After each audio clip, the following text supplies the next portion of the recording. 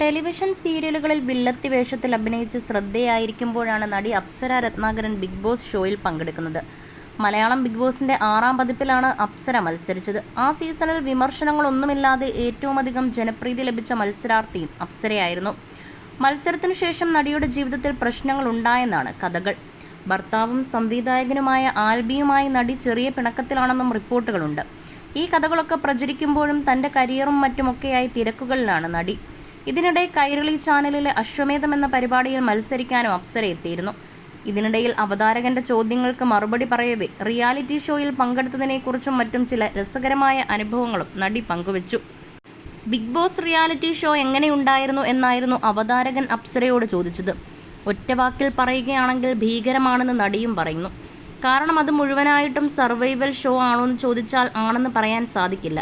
പക്ഷേ എന്നാലും കുറേ കാര്യങ്ങൾ അതിജീവിക്കേണ്ടി വന്നിട്ടുണ്ട്. നമ്മൾ ജീവിച്ചു വന്നിരുന്ന ജീവിതമൊക്കെ ഉപേക്ഷിച്ച് ഒട്ടും പരിചയമില്ലാത്ത സ്ഥലത്തും അപരിചിതരായ ആളുകളുടെ കൂടെയുമൊക്കെയാണ് ജീവിക്കേണ്ടത്. പരിമിതമായ സൗകര്യങ്ങളിൽ വേണം ജീവിക്കാൻ. ശരിക്കും അത് റിസ്ക്കുള്ള കാര്യമാണ്. 78 ദിവസം അതിനകത്ത് നിന്ന് അതിജീവിക്കാൻ സാധിച്ചു. ബിഗ് ബോസിലേക്ക് പോവേണ്ടതില്ലായിരുന്നു എന്നെനിക്ക് ഒരിക്കലും തോന്നിയിട്ടില്ല. ഞാനൊരു കലാകാരിയുമാണ്. അഭിനയവുമായി ബന്ധമുള്ള എന്ത് കാര്യം ചെയ്താലും അത് വളരെ ആസ്വദിച്ചാണ് ചെയ്യുന്നത്. ആ ഷോ കാരണം അപ്സരയുടെ ജീവിതത്തിൽ നേട്ടങ്ങൾ ഉണ്ടായിട്ടുണ്ടോ എന്ന് ചോദിച്ചാൽ ഇല്ലെന്നേ പറയൂ. ആ പ്ലാറ്റ്ഫോം എനിക്ക് തന്ന ഒരുപാട് കാര്യങ്ങളുണ്ട്. അതിനെക്കുറിച്ച് ഓർത്ത് ഖേദിക്കാൻ സാധിക്കില്ല. ഒത്തിരി പേർ പോകണമെന്നാഗ്രഹിക്കുന്ന ആ പ്ലാറ്റ്ഫോമിനെ ഞാൻ ബഹുമാനിക്കുന്നു. അങ്ങനെ ഒരു അവസരം ലഭിച്ചതിൽ അഭിമാനമുണ്ടെന്നും അപ്സര പറയുന്നു. ഇതിനിടെ കൈരളി ചാനലിലെ ഒരു പരിപാടിയിൽ പങ്കെടുക്കവേ എല്ലാവരും കൂടി തന്നെ ചതിച്ചൊരു സംഭവത്തെപ്പറ്റിയും നടി വെളിപ്പെടുത്തി.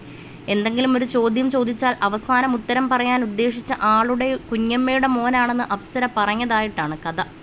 എനിക്ക് 17 വയസ്സുള്ളപ്പോഴാണ് ഞാനത് പറയുന്നത്. എല്ലാം സംഭവിച്ചിട്ട് 10 വർഷം കഴിഞ്ഞു. എന്നിട്ടും ഇപ്പോഴും എല്ലാവരും എന്നെ അതൊക്കെ പറഞ്ഞാണ് ടോർച്ചർ ചെയ്യുന്നത്.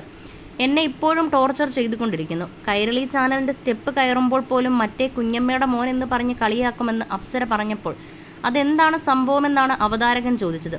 അത് താൻ പറയില്ലെന്നും പറഞ്ഞാൽ വീണ്ടും തനിക്ക് പൊങ്കാലയായിരിക്കുമെന്നും നടി കൂട്ടിച്ചേർത്തു.